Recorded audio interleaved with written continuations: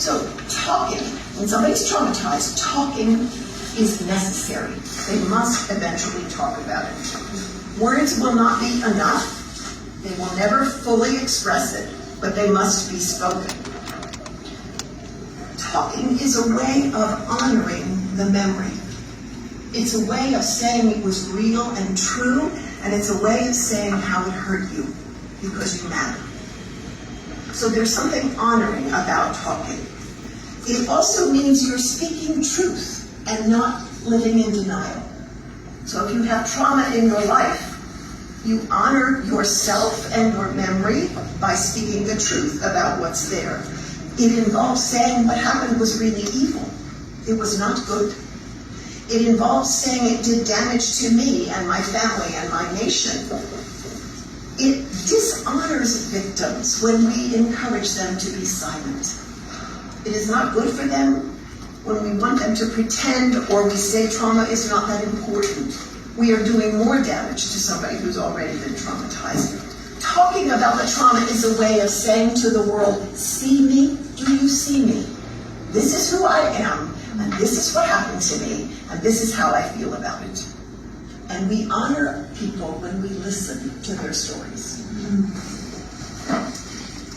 It's a way of saying I was damaged by injustice, or violence, or whatever. It is a way of bringing my broken heart out into the light a little bit so it can be cared for by other people who are safe. Now sometimes when people have been traumatized, they don't have words right away. And so I'm sure you've sat with people who just sigh, or they cry, or sometimes they moan and curl up in on themselves. Those are the beginnings of their story. They don't have real words yet, but those sounds are the beginning of words. And so when we sit with people and honor those things without words, we are helping them and waiting with them so that they can find words. And eventually words must come. And sometimes we need to help people find words. And so sometimes when I work with somebody who's been traumatized, I will ask them to describe something about how they feel about what happened, and they won't have a word. And so I'll say, well, what about fear? Or what about hopeless? Or what about drowning? And so I will offer them words, and then they will reach out and say, yes, that's the right word right there. Then I can say, tell me a little bit more about your fear. So we assist them in finding words. Little by little, they find words until the words go together and they give you pieces of their story. So we have words building, then we have pieces of the story, and then eventually they can tell the whole story. So that's what it looks like. Talking is about telling the truth. And when you sit with somebody who's been traumatized and they tell you the truth, they have taken the part of themselves that hurts the most and connected it to somebody who cares. And that is a step toward recovery. It gives them a choice. It restores dignity because you're willing to listen to them and honor them. It is a reversal of what happened. Injustice, violence, and abuse teach human beings lies. We want the story and the truth to come out so we can begin to help them know truth rather than lies. So as you know, when a violent act happens to somebody, they feel like they do not matter, like they're worthless. When you listen to the story, you are giving them worth back. So you're restoring the things that the trauma took. Violence and abuse disconnect us from other human beings because the world is not safe, and so we retreat. And so telling the story connects again. When you listen to someone's story and the work that you do, you are giving them dignity, you are giving them honor, you are helping to restore what happened to them. So trauma recovery requires talking. Trauma recovery requires tears. That's the second thing. So how many of you have ever shed tears? Yes? Everybody knows what tears are like. Or how many of you have had the experience of wanting to cry but you couldn't cry? It felt like it got stuck inside. Trauma recovery requires tears, because facing a different world after the terrible thing that happened brings great grief to our hearts. And so we need to express that grief. Trauma brings fear and aloneness and sadness, humiliation, anger, and grief. These are strong emotions that people have after trauma, and they are hard to experience. They're emotions none of us want. Nobody wants to be afraid. Nobody wants to be full of despair. We would rather not have those feelings, but like words, the emotions need to be expressed. If somebody just tells the story and has no feelings, they will not recover. And if somebody has feelings, and never puts it into words, they will not recover. You need both of those things. And that is exactly why you are denied them. If you look at people that surround the victims of the trauma or the abuse, if they're anything like me, you might find that nobody really knows the details and no one asks, and people dance around it, and we're required to be silent, to stay silent.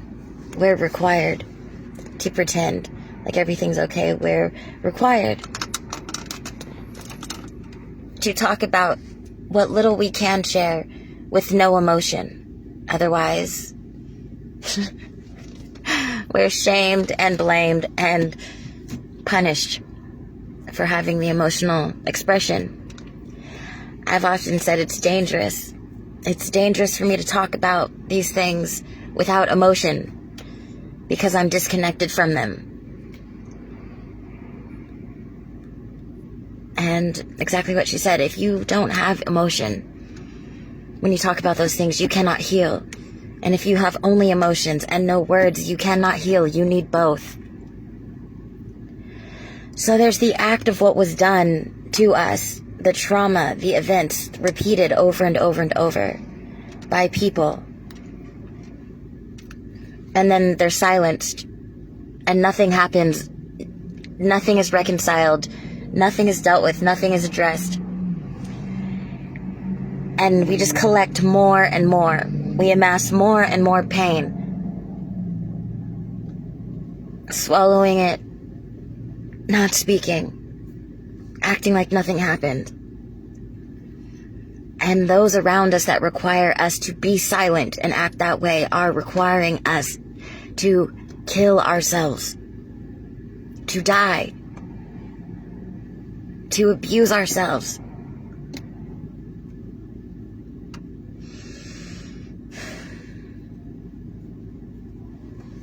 It's something to pay attention to.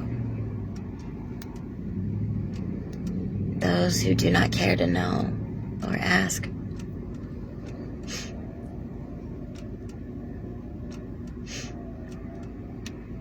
Those who shame us.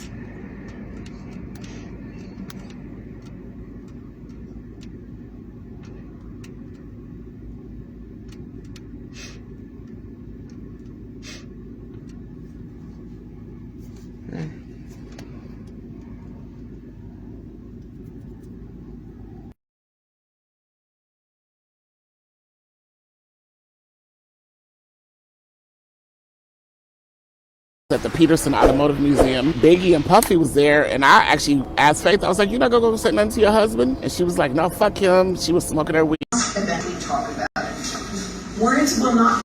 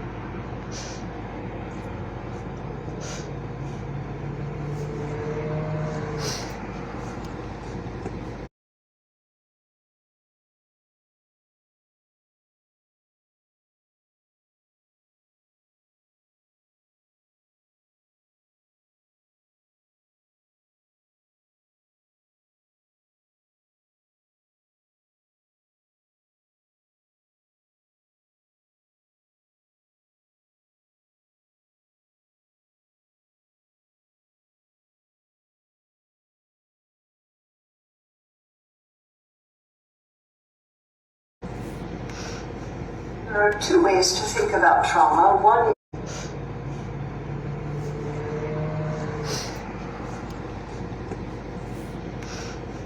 There are two ways to think about trauma. One is that many people are diagnosed with what we call post-traumatic stress disorder. And many of us are familiar with that diagnosis because combat vets will often suffer from that. It is usually more of an event-related response to trauma. But complex trauma is chronic, repetitive, and relational in nature. So it's one thing, for example, to experience significant trauma when you've been bombed or shot at by a faceless enemy.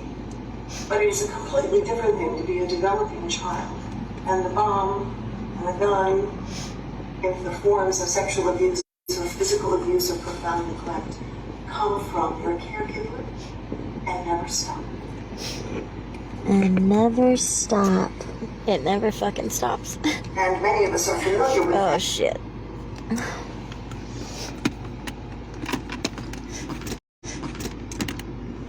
God damn it. There are two ways to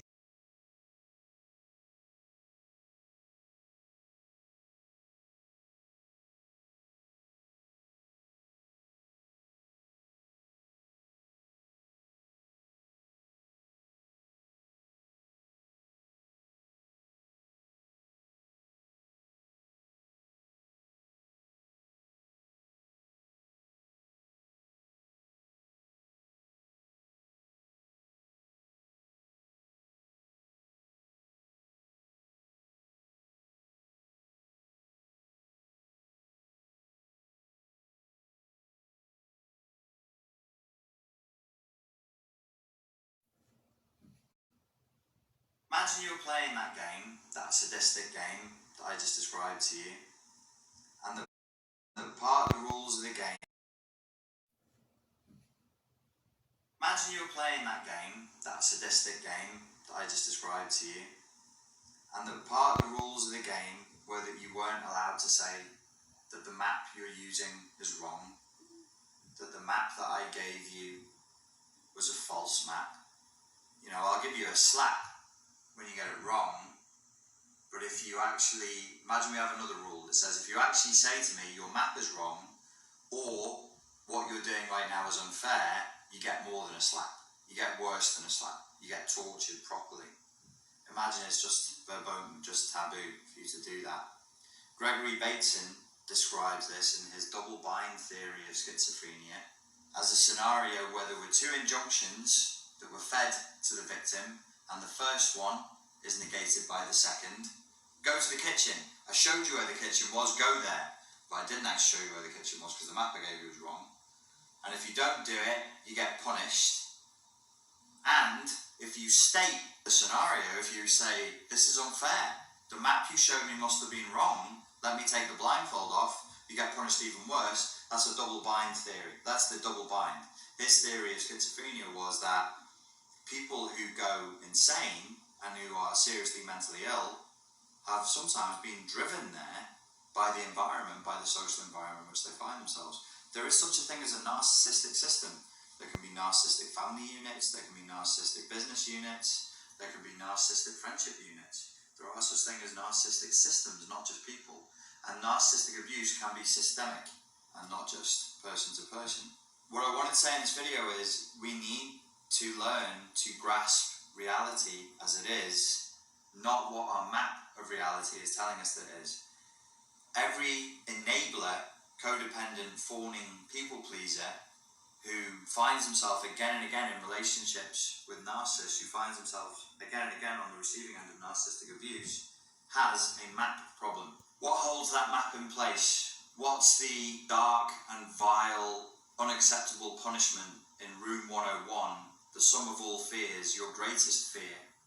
That's what's kept in Room 101 in the story 1984. What is it for the enabler? I'm not going to tell you in this video. I'm going to tell you in a future video.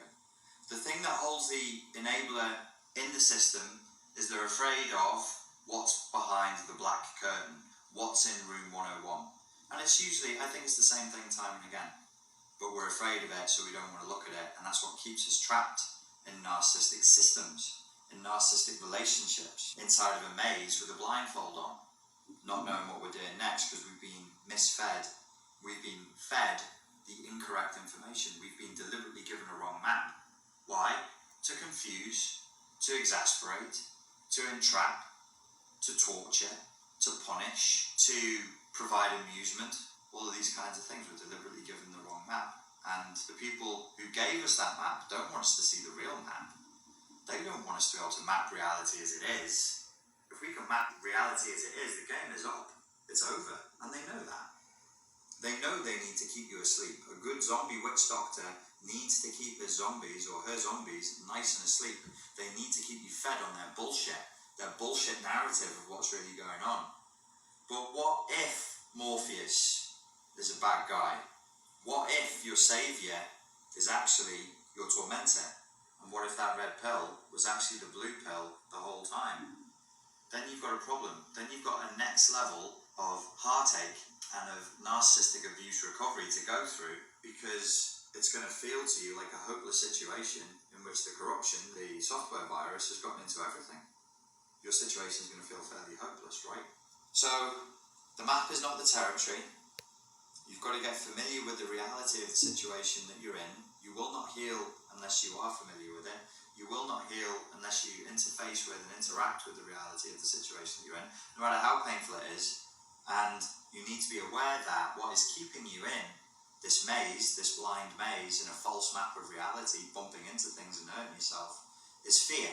It's the fear of what is in room 101, the ultimate fear. It's the fear of what is behind the black curtain. Yeah, okay, this is a torturous game. You don't like being slapped when you're blindfolded. You don't like being given tasks to do that are undoable. But do you want me to open the black curtain? Do you want me to go into room 101? Do you want to go into room 101? No. Well, then you stay playing this game.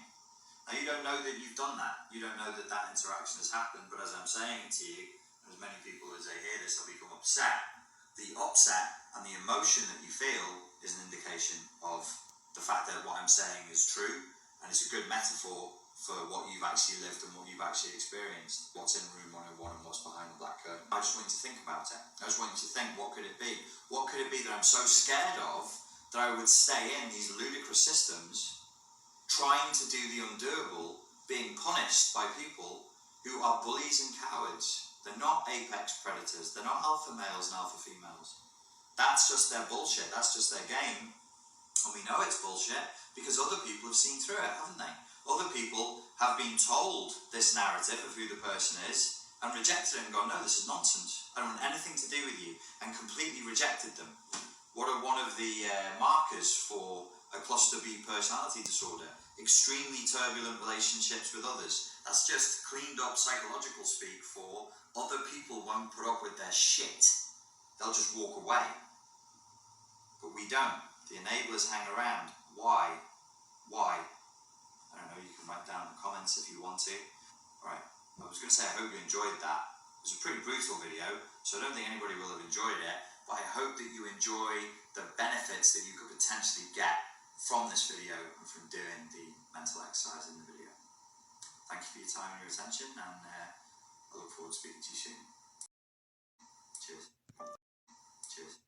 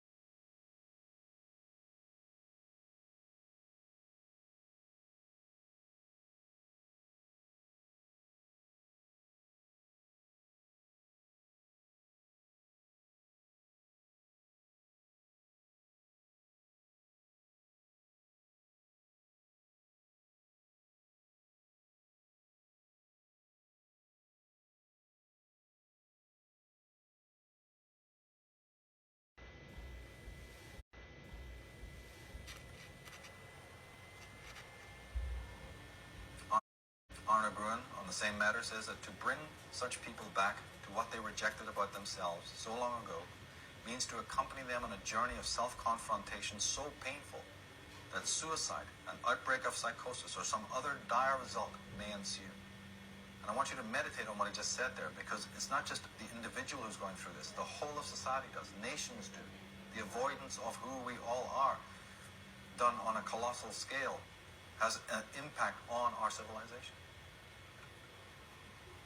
On a more simple note, I hope that we've discovered just to have stronger boundaries in our normal relationships. Don't put yourself up for sale to the first person that comes along. Have a statement of higher value. Don't let other people take the reins of your life. Try to discover how it is that your need and your weakness and your desires for the approval of others absolutely makes you a slave in the world. And if you are in a state of slavery, you're not going to be able to free anybody else, even if it's under the name of love. I hope we've also learned that vampiristic types, like other pathological types, are not particularly rational people. I mean, after listening to the information we provided here, you can hardly say they're logical or rational. In fact, irrationality is the cause of the problems that they're suffering. So therefore, don't expect them to act rationally. Don't be so willing to entangle and engage with irrational types and go round and round and round chasing your own tail. When you try to break free from a vampiristic type, be also very aware that the problems will amp up. They won't get less, because vampire types often know ahead of time that you're ready to make a break. They can sense your discontent and what have you. And at that time, they're ready to take out, 15, 16 more bin bags that they had hidden away in the cover of darkness and dump them in while the going's good. So be very careful about that toxic overload. Be very aware of the fact that they're not going to do the reverse psychology on you. Take a Polaroid of your madness, take a Polaroid of your anger, show it to all their mates, put it in the album, so that when they do a runner, you're standing there going, was it me or was it them? Watch out for that. Disengage. Have your own witnesses. Prepare things. Be clever. Act rationally. Be aware of their profile, their psychology.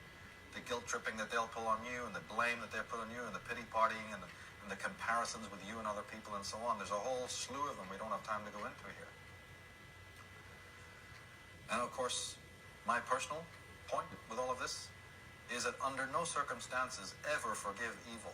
Save your tears for the victims. I hope this makes sense. Don't send them blessings. Don't send them good feelings to those who are evil and hug them and forgive them and all this nonsense. This is what got you into the problem in the first place. This is what is recommended by a lot of different books out there. It's certainly not what I recommend. Your lovingness, your caring, your hospitality, and your humanity. Remember we said the projection of your own virtues onto them brought them in the door. Don't be giving them more of the same. That's not logical.